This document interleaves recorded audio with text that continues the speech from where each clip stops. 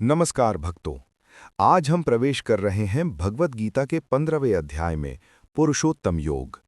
ये अध्याय संसार, आत्मा और परमात्मा के संबंध का अत्यंत गहरा रहस्य प्रकट करता है। भगवान श्री कृष्ण एक अद्भुत उदाहरण देते हैं।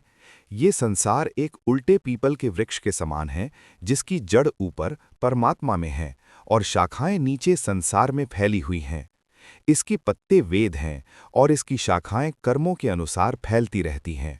इस संसार वृक्ष की जड़ें आसक्ति और इच्छाओं से बंधी हैं। जब तक मनुष्य इन्हें नहीं काटता, तब तक वह जन्म मरण के चक्र में फंसा रहता है। श्री कृष्ण कहते हैं, वैराग्य की तलवार से इस वृक्ष को काटो और उस परम धाम की खोज करो, जहां से लौटकर फिर संसार में नहीं आना पड़ता।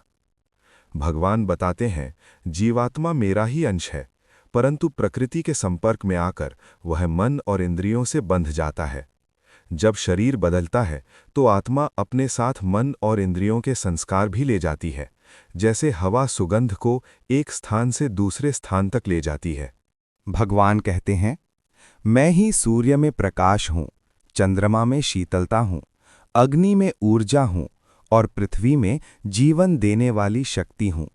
ये पूरा जगत मेरी ही शक्ति से संचालित है। पुरुषोत्तम का रहस्य। इस अध्याय का मुख्य संदेश: दो प्रकार के पुरुष हैं, क्षर, नश्वर, संसार के जीव, अक्षर, अविनाशी, आत्मा। पर इन दोनों से परे जो है, वही पुरुषोत्तम अर्थात परमेश्वर है, और वही श्री कृष्ण स्वयं है। पुरुषोत्तम योग हमें सिखाता है कि हम इस संसार में रहते हुए भी अपने वास्तविक स्वरूप आत्मा को पहचानें। जब मनुष्य परम पुरुषोत्तम की शरण में जाता है, तब वो जन्म मरण के चक्र से मुक्त होकर परम शांति को प्राप्त करता है। यदि ये दिव्य ज्ञान आपके हृदय को स्पर्श करे, तो कमेंट में लिखें जय श्री कृष्ण और जुड़े रहें गीता के अमृत ज्ञान के साथ।